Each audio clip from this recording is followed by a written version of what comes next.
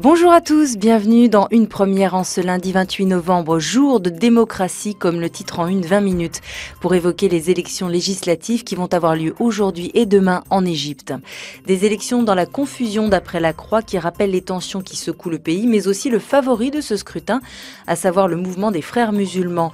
Ses électeurs lui reprochent de ne pas soutenir la contestation contre les militaires, mais reconnaît un responsable, nous avons besoin de l'armée pour au moins 6 mois car elle a toutes les cartes en main.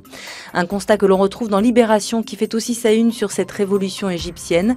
Le quotidien évoque le pouvoir des militaires qui contrôlent environ 30% de l'économie. Un empire aux frontières impossible à cerner.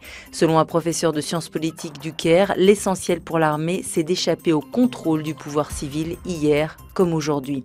Élection, le mot est aussi à la une d'aujourd'hui en France, Le Parisien. Selon une enquête BVA, 61% des Français se disent favorables au droit de vote des étrangers pour les municipales. Un thème qui divise l'électorat de droite, compliquant du même coup la tâche de Nicolas Sarkozy. Sur un autre sujet, le chef d'État français est à la une du Figaro au sujet du plan qu'il prépare avec Angela Merkel. Un pacte de stabilité renforcé, plus sévère à l'égard des pays membres de la zone euro.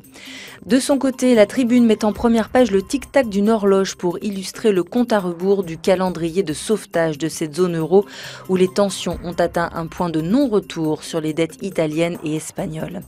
Compte à rebours aussi pour le climat. Les Échos évoquent en une d'Urban le sommet de la dernière chance pour la planète.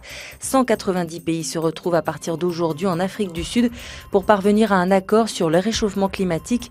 Mais comme le rappelle Daniel Fortin dans son édito, à l'heure où tant de capitaux doivent être mobilisés pour résoudre la crise de la dette, il est illusoire d'en espérer autant pour la lutte contre le réchauffement climatique.